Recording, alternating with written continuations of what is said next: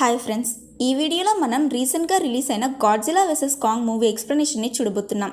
కథలోకి వెళ్ళడానికి ముందు ఒకవేళ మీరు ఇప్పుడే నా ఛానల్కి ఫస్ట్ టైం వస్తున్నారంటే మర్చిపోకుండా సబ్స్క్రైబ్ చేసి బెల్ ఐకాన్ని క్లిక్ చేయండి.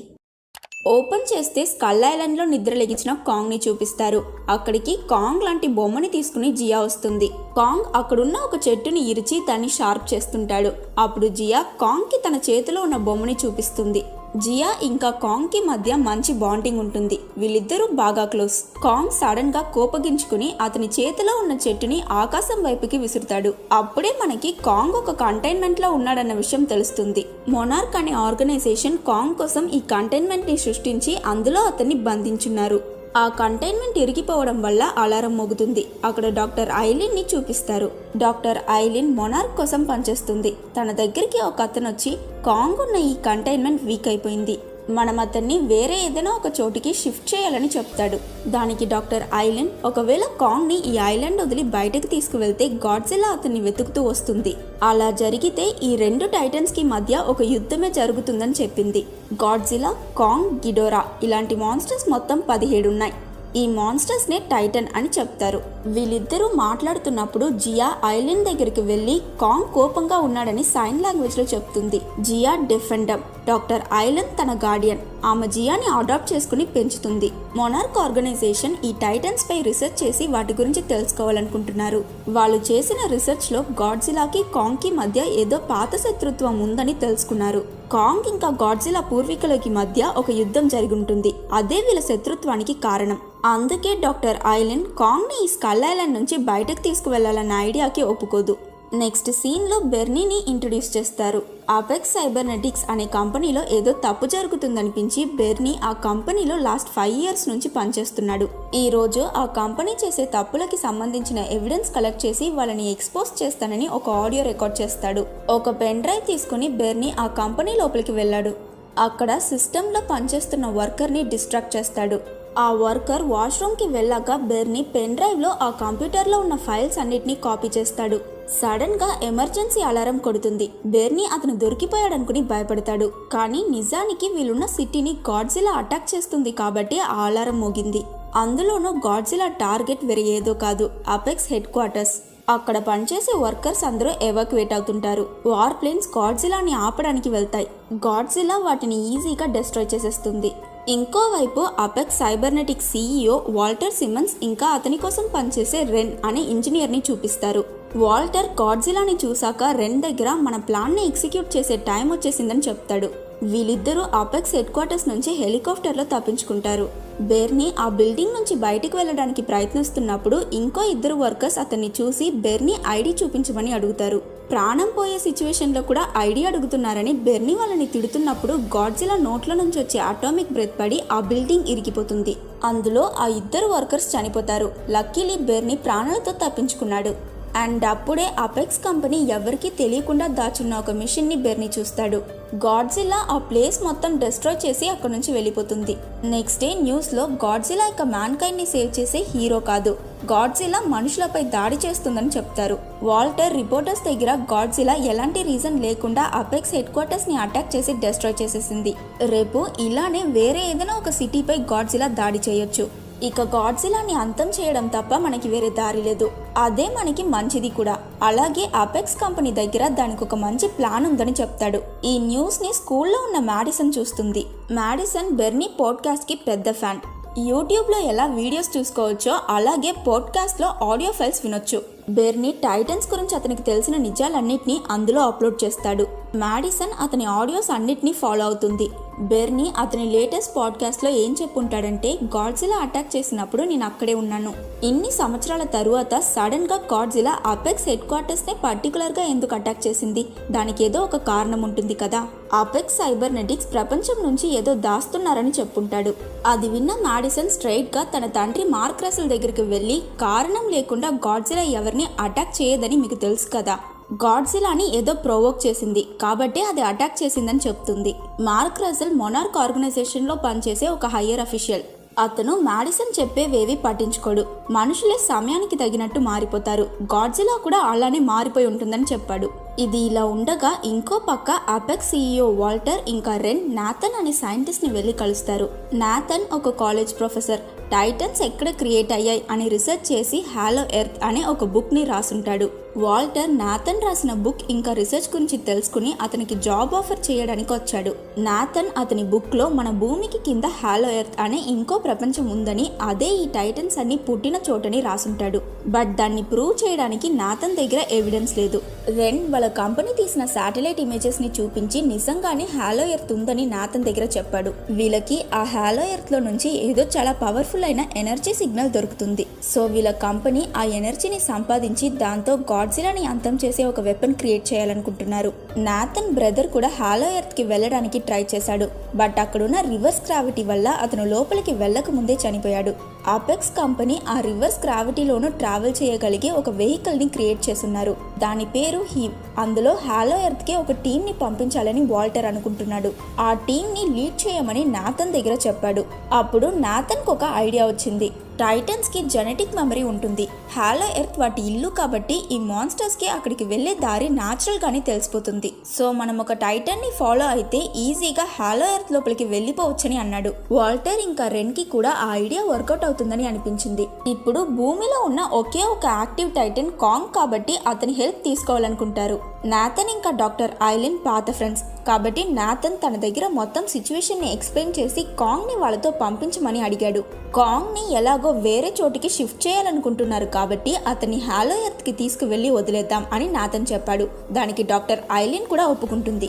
నెక్స్ట్ సీన్ లో కాంగ్ కి మత్తు మందిచ్చి ఒక షిప్ లో అతన్ని కట్టి అతనితో అంటార్టికాకి బయలుదేరారు. ఈ టీం ని మానిటర్ చేయడానికి వాల్టర్ సైమన్స్ కూతురు మాయా సైమన్స్ వీళ్ళతో పాటు వస్తుంది. అలాగే డాక్టర్ ఐలిన్, జియా కూడా వీళ్ళతో ఉంటారు. మాయా నాథన్ దగ్గర హీవ్ వెహికల్ స్ట్రైట్ గా అంటార్టికాకి వెళ్ళిపోతాయి అని చెప్పింది. ఒక్క హీవ్ వెహికల్ ని ఆపరేట్ చేయడానికి లాస్ వేగస్ కి ఒక వారం సరిపోయే ఎలక్ట్రిసిటీ కావాలని చెప్తుంది. అంటార్టికాలో హాలో ఎర్త్ కి వెళ్ళడానికి ఒక టనల్ ఉంటుంది కాబట్టి వీళ్ళు అక్కడికి వెళ్తున్నారు. డాక్టర్ ఐలిన్ కాంగ్ ని వెతుకుతూ గాడ్జిలా ఇక్కడికి వచ్చే ఛాన్స్ ఉంది కాబట్టి దాన్ని ఆపడానికి కావలసిన ప్రికాషన్స్ తీసుకుంటుంది. ఆ రోజు రాత్రి జియా కాంగ్ ని వెళ్లి కలిసింది. ఐలిన్ అక్కడికి వచ్చి జియాని కాంగ్ దగ్గరికి వెళ్లడం డేంజర్ అని చెప్తుంది. దానికి జియా కాంగ్ బాధలో ఉన్నాడు, అతనికి కోపం వస్తుంది, కాంగ్ మనం అతనికి హెల్ప్ చేయాలనుకుంటున్నాం అని నమ్మట్లేదు అని ఐలిన్ దగ్గర చెప్పింది. ఆ విషయం నీకెలా తెలుసు అని ఐలిన్ అడిగింది.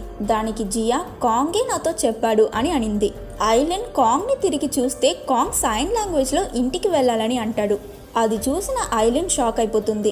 కాంగ్ వీళ్ళు ఊహించిన దానికన్నా చాలా ఇంటెలిజెంట్ అయిన టైటన్ అని ఐలిన్ అర్థం చేసుకుంది. అలాగే జియా మాత్రమే కాంగ్ తో మాట్లాడగలదని కూడా తను తెలుసుకుంది. మాడిసన్ తన ఫ్రెండ్ జాష్ తో కలిసి బెర్నీని వెతుకుతుంది. తను అపెక్స్ హెడ్ క్వార్టర్స్ ని గాడ్జిలా ఎందుకు అటాక్ చేసిందన్న కేస్ ని సాల్వ్ చేయడానికి బెర్నీకి హెల్ప్ చేయాలనుకుంటుంది. మాడిసన్ ఇంకా జాష్ బెర్నీని కలిసాక అతను వీళ్ళకి అపెక్స్ గురించి అతనికి తెలిసిన ఇన్ఫర్మేషన్ మొత్తం చెప్తాడు. అలాగే గాడ్జిలా అటాక్ జరిగినప్పుడు బెర్నీ ఒక మిషన్ ని చూశాడు కదా, అదేంటో తెలుసుకోవడానికి వీళ్ళు ముగ్గురు దొంగతనంగా అపెక్స్ హెడ్ క్వార్టర్స్ కి వెళ్తారు. డాక్టర్ ఐలన్ నాథన్ దగ్గర జియా గురించి చెప్తుంది. జియా అమ్మా నాన్న స్కల్ ఐలాండ్ కి చెందిన ట్రైబల్ మెంబర్స్. ఒక తుఫాను వల్ల ఆ దీవిలో ఉన్న అందరూ చనిపోయారు. అప్పుడు కాంగ్ జియాని కాపాడాడు. అప్పటి నుంచి కాంగ్ జియాని ప్రొటెక్ట్ చేయాలని డిసైడ్ చేసుకున్నాడు. ఆ తరువాత డాక్టర్ ఐలిన్ జియాని అడాప్ట్ చేసుకుంది. అప్పుడు జియా ఏదో తప్పు జరగబోతుందని ఫీల్ అయ్యి ఐలిన్ దగ్గరికి పరిగెడుతూ వెళ్ళింది. వీళ్ళ షిప్ లో ఉన్న ఎమర్జెన్సీ అలారం రింగ్ అవుతుంది. జియా డాక్టర్ ఐలిన్ దగ్గర గాడ్జిలా వచ్చేసిందని సైన్ లాంగ్వేజ్ లో చెప్పింది. తను చెప్పినట్టే బయట వీళ్ళున్న డైరెక్షన్ కి గాడ్జిలా వస్తుంది. వీళ్ళ షిప్ లో ఉన్న క్యానన్స్ ఇంకా గన్స్ తో గాడ్జిలాని షూట్ చేస్తారు. గాడ్జిలా ఒక షిప్ మధ్యలోకి స్విమ్ చేస్తూ వెళ్లి దాన్ని 2 ముక్కలు చేసేసింది. దాని తోకతో కొట్టి అక్కడున్న ప్లేన్స్ ఇంకా షిప్స్ ని నాశనం చేస్తుంది. ఇంకోవైపు కాంగ్ అతని చేతిలో కాళ్ళకున్న చైన్స్ ని బ్రేక్ చేయడానికి ట్రై చేస్తున్నాడు. సడన్ గా గాడ్జిలా కనిపించకుండా పోతుంది. కాంగ్ నీటిలోకి చూస్తూ అరుస్తాడు. అప్పుడు గాడ్జిలా కింద నుంచి అతన్ని అటాక్ చేసి కాంగ్ ఉన్న షిప్ ని తలకిందలుగా తోసేసింది. కాంగ్ ని ఆ షిప్ కి కట్టేస్తున్నారు. అండ్ అందులోనే నాథన్, జియా, ఐలిన్, మాయా అందరూ ఉన్నారు. వీళ్ళంతా నీటిలో మునిగిపోతుంటారు. ఆ సమయంలో నాథన్ వెంటనే వెళ్లి కాంగ్ కి ఉన్న చైన్స్ ని అన్లాక్ చేశాడు. రిలీజ్ అయ్యాక కాంగ్ వీళ్ళ షిప్ ని మళ్ళీ నిలబెడుతుంది. ఆ తరువాత ఒక్కొక్క షిప్ మీదకి జంప్ చేస్తూ గాడ్జిలాపై దాడి చేయడానికి వెళ్ళింది. కాంగ్ ఇంకా గాడ్జిలా ఫైట్ చేస్తున్నప్పుడు కాంగ్ గాడ్జిలాని కొట్టి నీటిలోకి తోసేస్తాడు. కాంగ్ ఆ షిప్ మీద నిలబడినప్పుడు గాడ్జిలా దాని అటామిక్ బ్రెత్ తో నీటిలో నుంచి ఆ షిప్ ని అటాక్ చేసింది. లక్కీలీ కాంగ్ తప్పించుకుంటాడు. ఒక పక్క ఇవి 2 బిజీగా కొట్టుకుంటున్నప్పుడు ఐలిన్ అక్కడున్న వాళ్ళ దగ్గర కాంగ్ కి హెల్ప్ చేయమని చెప్పింది. వాళ్ళు షిప్లో ఉన్న మిసైల్స్ అన్నిటినీ కాంగ్ ఇంకా గాడ్జిలా ఫైట్ చేస్తున్న చోటికి లాంచ్ చేస్తారు. అవి బ్లాస్ట్ అయి అక్కడ ఒక పెద్ద ఎక్స్ప్లోషన్ జరిగింది.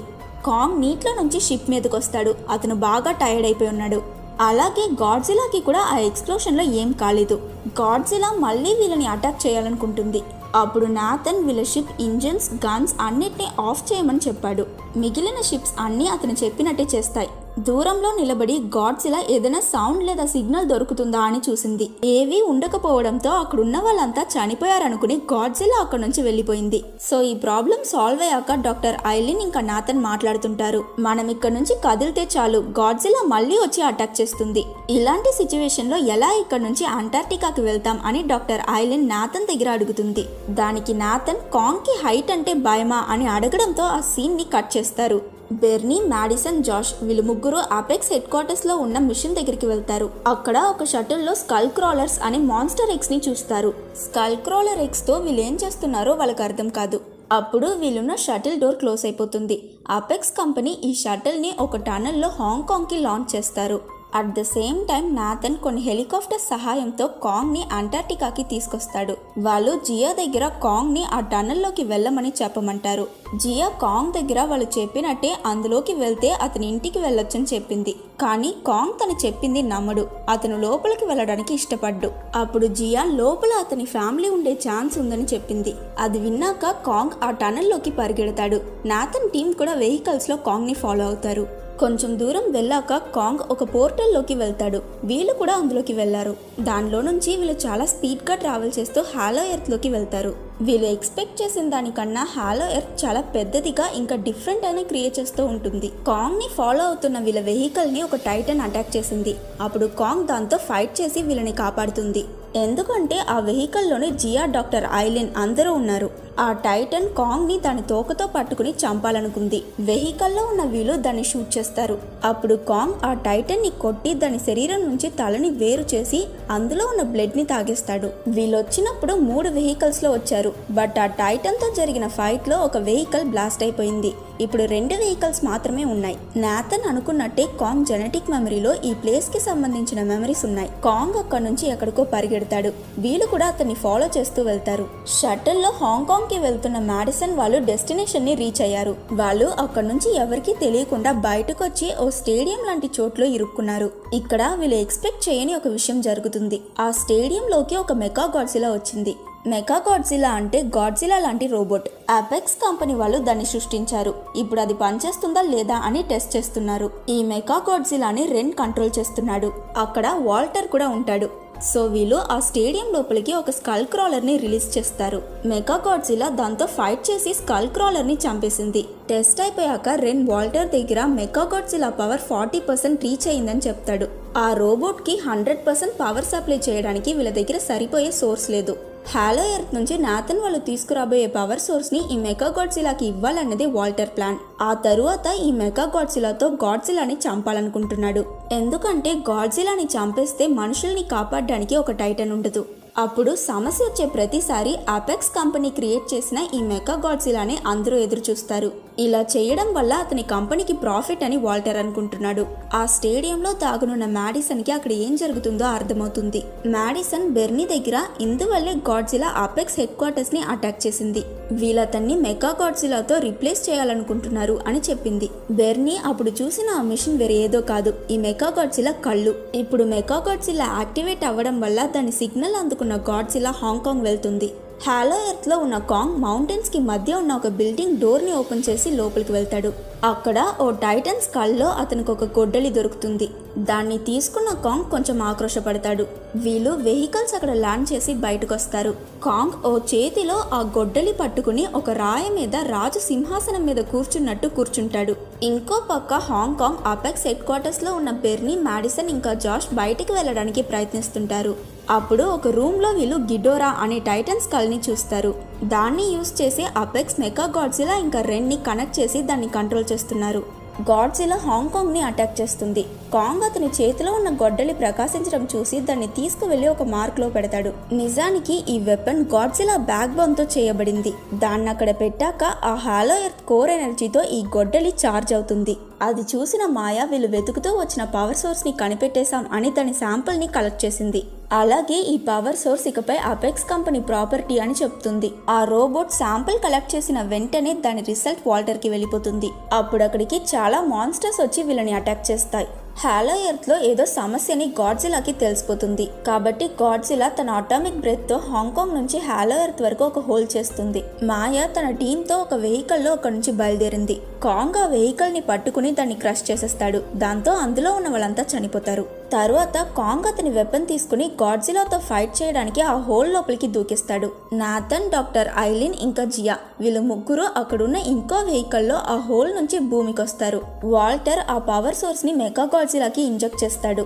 అప్పుడు అక్కడున్న మ్యాడిసన్, బెర్నీ ఇంకా జోష్ ని వాల్టర్ మనుషులు పట్టుకుంటారు. గాడ్జిలా ఇంకా కాంగ్ ఒకరితో ఒకరు మళ్ళీ ఫైట్ చేస్తారు. ఈసారి ఫైట్ లో కాంగ్ దే పై చెయ్యి. గాడ్జిలాని బాగా కొడతాడు. అలాగే గాడ్జిలా కూడా కాంగ్ ని వదలదు. ఇవి రెండు ఇలానే చాలాసేపు కొట్టుకుని హాంకాంగ్ లో ఉన్న అన్ని బిల్డింగ్స్ ని ఎరగొట్టేస్తాయి. అందులోనూ కాంగ్ ఒక బిల్డింగ్ మీద ఉన్న హెలీప్యాడ్ ని ఇరిచి దాన్ని షీల్డ్ లా యూస్ చేస్తాడు. ఫైనల్ టచ్ గా గాడ్జిలా అటామిక్ బ్రెత్ తో కాంగ్ పై దాడి చేస్తుంది. కాంగ్ అతని వెపన్ తో దాన్ని ఆపి గాడ్జిలాని కొట్టాడు. అక్కడ ఒక చిన్న బ్లాస్ట్ క్రియేట్ అవుతుంది. దాంతో ఎగురుతూ వెళ్లి కాంగ్ ఒక పక్క, గాడ్జిలా ఒక పక్క పడిపోతారు. సో రౌండ్ 2 ఇలా ఎండ్ అవుతుంది. కొంచెం సేపు రెస్ట్ తీసుకున్నాక మళ్ళీ కాంగ్ ఇంకా గాడ్జిలా రౌండ్ 3 స్టార్ట్ చేస్తారు. ఈసారి గాడ్జిలా కాంగ్ ని ఒక బిల్డింగ్ మీదకి విసిరేస్తుంది. దానివల్ల కాంగ్ చెయ్యి విరిగిపోతుంది. కాంగ్ కి బాగా గాయాలు తగిలి కింద పడి స్పృహ కోల్పోతాడు. వాల్టర్ మెగా గాడ్జిలాని ఆన్ చేయమని చెప్పాడు. 100% పవర్ రీచ్ అయ్యాక ఆ రోబోట్ ని రెన్ కంట్రోల్ చేయలేకపోయాడు.